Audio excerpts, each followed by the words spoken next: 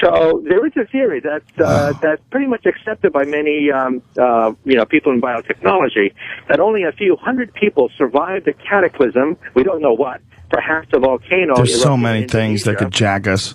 That earthquake in Yellowstone that's had 2,000 fucking earthquakes over the last since January. There's a gigantic caldera volcano in Yellowstone National Park, 600 kilometers wide. That's about to blow. Yeah, it erupts on a scale of a few 100,000 years, and 600,000 to 800,000. We are overdue for another eruption. Yeah, but there is a super volcano under Yellowstone, and it's a continent killer, right? It would it would rip the heart out of the United States if it erupted. Wow, it's a continent killer, like literally, it kills like everything. Gophers live. That's why I have property in Canada.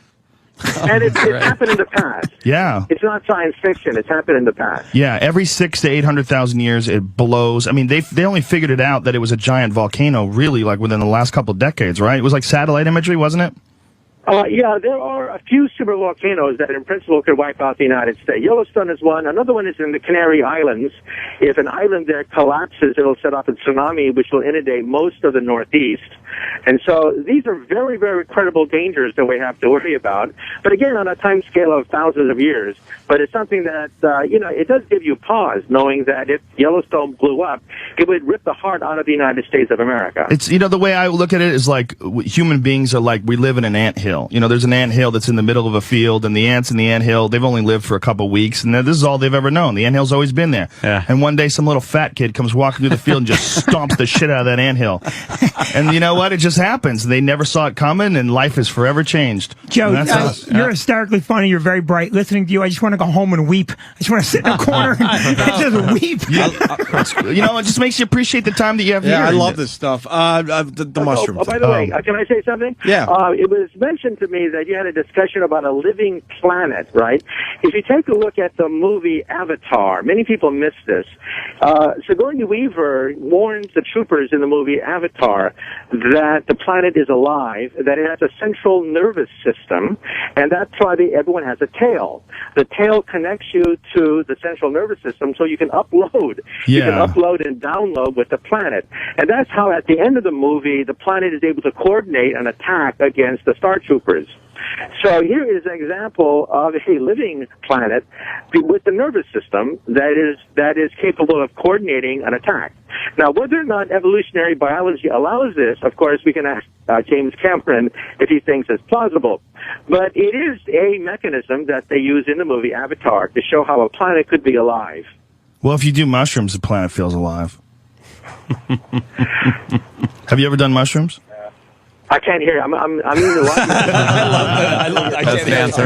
We were asking you if you've ever done mushrooms. Well, no. Psychedelic mushrooms, they would help you so much. I'm a physicist. I like to keep my head as clear as possible. Oh, it'll clear it up. Well, Joe's got a theory on cows and mushrooms. Well, it's not really my theory, but there are theories that mushrooms are literally life forms that have psilocybin mushrooms that are life forms that have come here from another planet, like on an asteroid, and that's one of the reasons why they have this profound effect on human beings. That when you're eating them, you're really taking in some sort of an alien consciousness.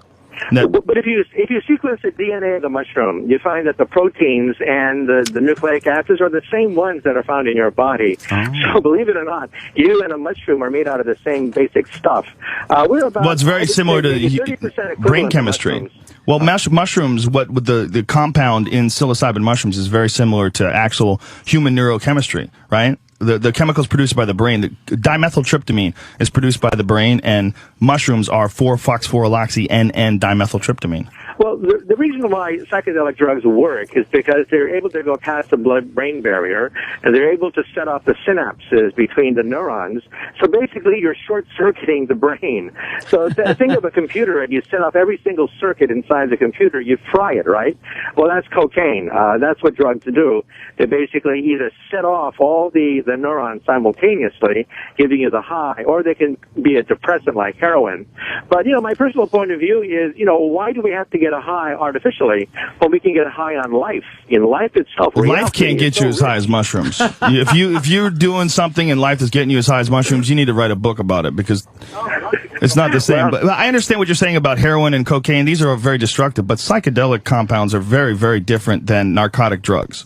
very different reactions to the body, very different reactions as far as like what you learn from them. When you have psychedelic experiences, they're very eye-opening, very, very awakening, and they're a lot of people believe that they're agents of evolution, that they actually help you evolve. Well, my attitude is that we have virtual reality. That is, we can create artificial worlds, but afterwards we turn the computer off and go back to living again. It's like an amusement entertainment, right? However, with the psychedelic drugs, you don't know what it does to the brain. It has remnants, it has lingering effects, and plus, it doesn't necessarily give you deeper insights into reality. It's just another reality. Now, I'm a physicist. I want to decode our reality. And to do that, my brain has to be as clear as possible in order to understand. You're acting under the assumption that psychedelic drugs somehow do not make your brain clear or fog it up somehow or ruin it. Well, I don't want my heart surgeon on mushrooms when he's walking into the room. That That's I can tell you. That's a good call. But, you know, mushrooms only last a few hours. But remember, no great scientific principle discovered by somebody high on drugs. Is that true? Didn't Crick, who was the guy that sequenced LSD, or the guy who was on LSD when he figured out DNA? No, Francis Crick and James Watson were not on LSD. Yeah, there's something online that you can read that about that. But Joe, he admitted that when he was dying. No offense, but anybody online can. In order to decipher the DNA molecule, it had nothing to do with drugs. Well, there's something I don't have the story in the top of my head, but I do know that John Lilly. You know who John Lilly is? The guy who's a pioneer in interspecies communication. He did a lot of work on dolphin communication. Yeah, dolphins. He was a guy who did a lot of work with dolphins, dolphin communication, deciphering dolphin communication, and he was a big fan of acid. And he said that he used to. Dr. Doolittle?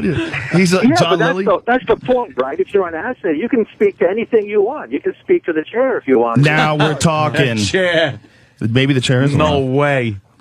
Not now, not ever. But you're such a fascinating guy, and you're so intelligent, and I'm a huge fan of your work, and I love watching your specials. I would love to get you high on mushrooms. Okay, so, anyway, like I said, I'm a physicist. I like to be as clear as possible, discovering the secrets of the universe. Well, let's let the good doctor go. Yes. He's in the middle of That's the filming kind of his dude. show. So. When can we see the show?